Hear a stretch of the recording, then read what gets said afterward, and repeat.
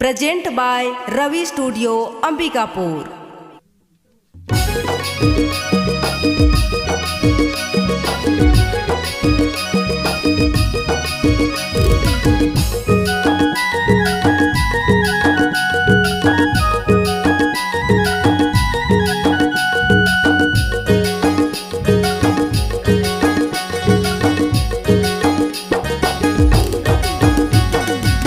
आगे है भादों के करमती हार रे, आगे है भादों के करमती हार रे, ददा है मारथे मांदर माताल रे, हरे हाय भौजी मोर नाचे उझा झाल रे, हरे हाय भौजी मोर नाचे उझा झाल रे।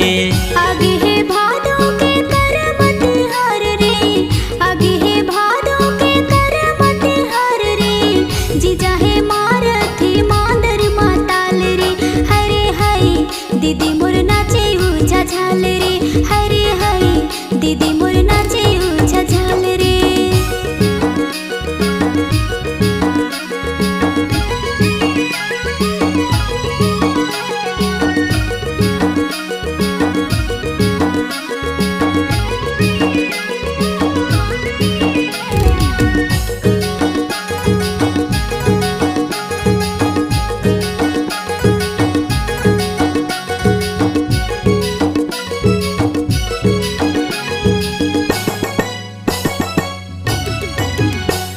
सरगुजा के सबो बहन जाइला जगाए, गवटिया परा डार गड़े कहानी सुनाए।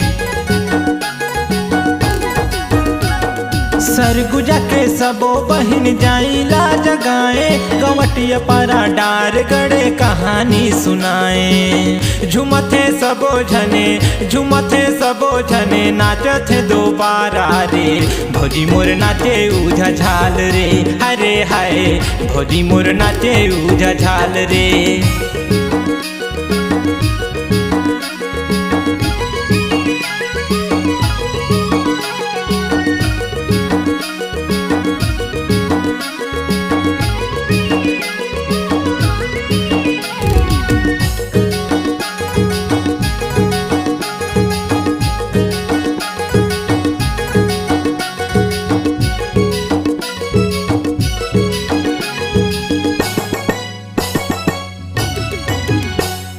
खाल पारक छोड़ी मन सिकरी जो राए, ऊपर पारक छोड़ा मन मांदर ला बजाए।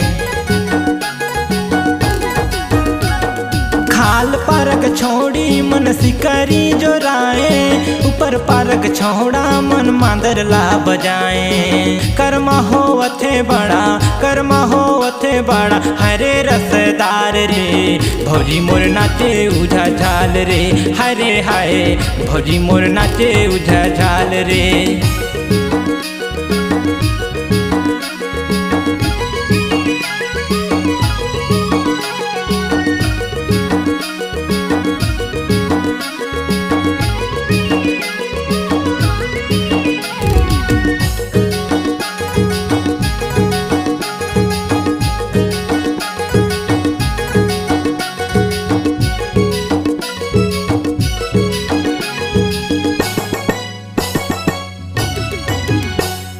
सख भाई कर्म खेले सिटी ला बजाए, जसपुर का छोड़ी मने कमर ला हिलाए।